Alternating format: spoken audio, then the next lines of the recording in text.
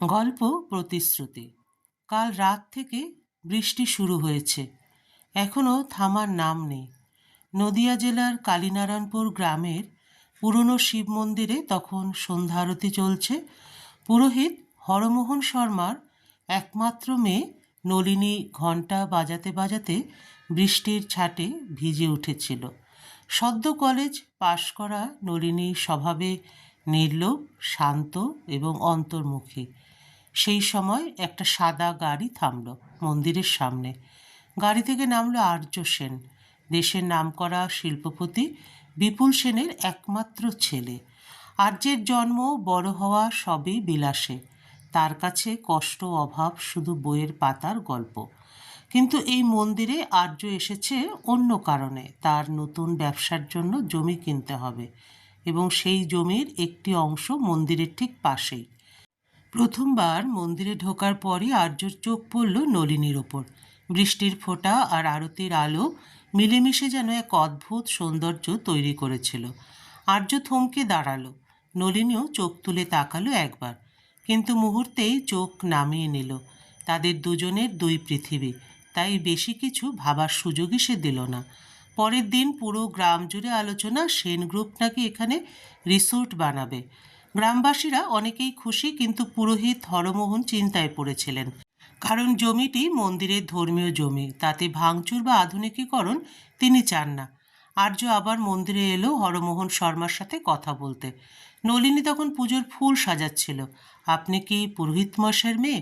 নলিনী একটু হেসে বলল, হ্যাঁ, আমার বাবা এই মন্দিরের পূজারী। আপনাকে কি কোনো সাহায্য করতে পারি আমি? আর্য মৃদু হেসে বলল, আমি গতকালই বুঝেছি এই জায়গাটার শান্তি অন্যরকম, তাই ভাবলাম জমির বদলে মন্দিরের জন্য কিছু করতে পারি কিনা। নলিনী অবাক হলো। সে আশা করেনি এত বড়লোক ছেলে মন্দিরের কথা গুরুত্ব দেবে। ধীরে ধীরে কথাবার্তা বাড়তে লাগলো। নলিনীর সরলতা আর শান্ত স্বভাব আর্যকে আরও বেশি আকর্ষণ করলো। আর্য বুঝল জীবনে প্রথমবার কেউ তাকে মানুষ হিসেবে দেখছে, তার টাকাকে নয়। কয়েক সপ্তাহে তার এক অদ্ভুত বন্ধুত্বে জড়িয়ে পড়ল। একদিন বৃষ্টির রাতে আর্য নলিনীকে বাড়ি পৌঁছে দিতে গেল। হঠাৎ নলিনী বলল, আপনার সঙ্গে আমার মেলামেশা ঠিক নয়। আর্য জিজ্ঞাসা করল, কেন? আপনি আর আমি সমানে সমানে নই। আমাদের এই বৈষম্য সমাজ মেনে নেবে না। আর্য নরম গলায় বলল, সমাজ নয়, আমিই তো তোমাকে চাই। নলিনী কিছু বলল না, কিন্তু ওর চোখ বলেছিল। সেও একই অনুভূতি লুকোচ্ছে, কারণ নলিনীও আর্যকে ভালোবেসে ফেলেছে। সব কিছু ভেঙে যায় যখন বিপুল সেন জানতে পারেন তার ছেলে আর্য মন্দিরের পুরোহিতের মেয়ের সঙ্গে ওঠা বসা করছে। একদিন আর্যকে ডেকে তিনি কড়া গলায় বললেন, তুমি সেন পরিবারের উত্তরাধিকারী। তোমার সঙ্গে সাধারণ গ্রামের মেয়ের সম্পর্ক মানা যায় না, আর আমি কখনো তোমাদের এই সম্পর্ককে কিছুতেই স্বীকার করব না। আর্য প্রতিবাদ করল, বাবা, নলিনী পড়াশোনা জানা স্বনির্ভর মেয়ে, তোমার ধারণা ভুল। বিপুল সেন চিৎকার করে বললেন, টাকার পার্থক্য মুছে ফেলা সহজ নয়। অন্যদিকে নলিনীর বাবা হরমোহন শর্মাও সম্পর্কের কথা জেনে বিক্ষুব্ধ হয়ে বললেন, নলিনী আমাদের মতো মানুষকে কখনোই মেনে নেবে না। তুই নিজেকে বিপদে ফেলিস না। দুজনের জীবনেই ঝড় নেমে এলো। এই মানসিক চাপ সহ্য করতে না পেরে নলিনী আর্যকে দূরে সরে যেতে বলল। মন্দিরের পেছনে দাঁড়িয়ে নলিনী বলল, আর্য, তোমার পরিবার আমাকে কোনো মতেই মেনে নেবে না। আমার জন্য তোমার বাবার সাথে অশান্তি করো না। তাছাড়া আমার পরিবারও মেনে নেবে না। তোমরা ধনী বড়লোক, আমার বাবা সামান্য পুরোহিত। এতে আমার বাবা আর তোমার বাবা দুপক্ষেরই অসম্মান হবে। তাই এখানেই থামা ভালো।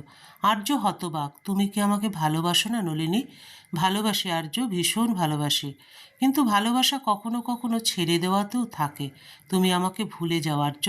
কথাগুলো বলে নলিনী চলে যায়, একবারও পিছনে ফিরে তাকায় না। আর্যর মনে হলো সেদিন প্রথমবার সব শান্তি, আনন্দ হারিয়ে গেল। বিচ্ছেদের পর আর্য একেবারে বদলে গেল। কোম্পানির কাজ ফেলে দিয়ে সে গ্রামে থাকতে শুরু করে। গ্রামবাসীর উন্নতির জন্য আর্য নিজের স্কুল, চিকিৎসা কেন্দ্র, কমিউনিটি হল বানাতে সাহায্য করলো। ধীরে ধীরে গ্রামবাসীরা আর্যকে ভালোবাসতে শুরু করলো। গ্রামে বন্যার সময় আর্য নিজের জীবন ঝুঁকিতে ফেলে হরমোহন শর্মা ও আরও কয়েকজন গ্রামবাসীকে উদ্ধার করল। হরমোহন শর্মা সব দেখলেন। আর্যর চোখে তিনি প্রথমবার প্রকৃত মানুষটাকে দেখলেন, যেখানে মর্যাদা বা ধন সম্পদ নয়, আছে শুধু মানবতা। গ্রামের সবাই বিপুল সেনের কাছে গিয়ে বলল, আপনার ছেলে বিপদে আমাদের পাশে দাঁড়িয়েছে, যে কোনো পরিস্থিতিতে আমাদের পাশে থেকেছে। এমন ছেলে পাওয়া যে কোনো বাবা মায়ের সৌভাগ্যের ব্যাপার। আমরা আর্যবাবুকে ধন্যবাদ আর গ্রামবাসীর তরফ থেকে একটা ছোট্ট উপহার দিতে এসেছি। ঈশ্বর ওনার মঙ্গল করুক।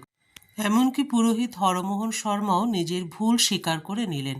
আর্য যদি আমার মেয়েকে নিজের সমান মর্যাদা দেয়, তাহলে আমিও তাকে আমার ছেলে মনে করব। বিপুল সেন প্রথমবার বুঝলেন তার ছেলে শুধু ব্যবসায় নয়, মানুষ হিসেবেও জিতেছে। সন্ধ্যায় মন্দিরের সামনে আর্য দাঁড়িয়েছিল। নলিনী ধীরে বেরিয়ে এলো।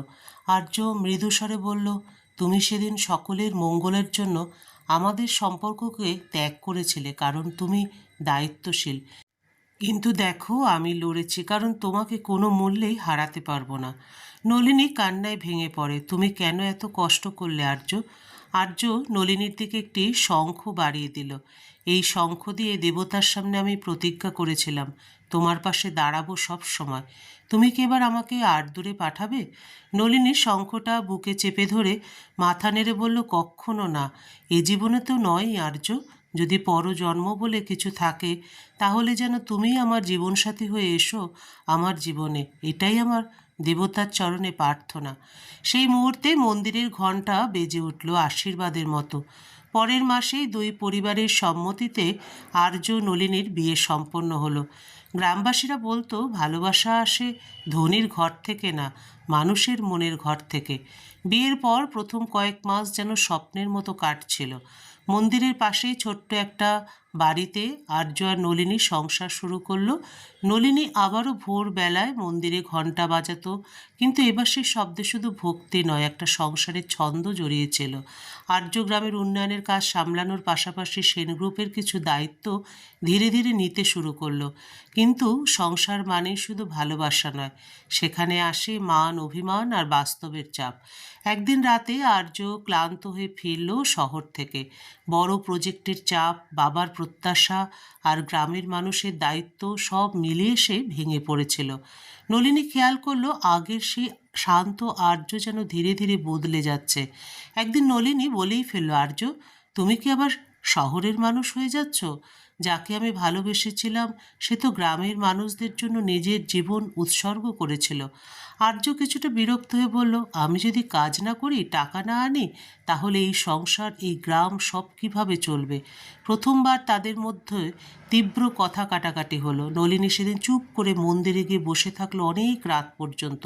শঙ্খটা বুকে চেপে ধরে তার মনে পড়ল, ভালোবাসা শুধু প্রতিজ্ঞায় নয়, বোঝাপড়াতেও বাঁচে। পরদিন ভোরে আর্য নিজেই মন্দিরে এলো।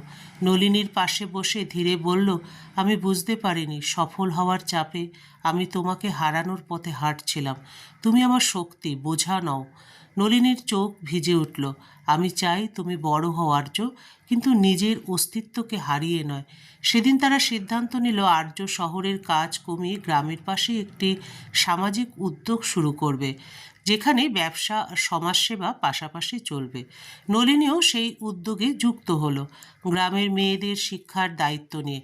বছর ঘুরল, তাদের সংসারে হাসি ফিরল নতুন অতিথির আগমনে। একদিন সন্ধ্যায় মন্দিরে সন্ধ্যা আরতি হচ্ছিল। নলিনীর কোলে তাদের ছোট্ট মেয়ে আর্য পাশে দাঁড়িয়ে।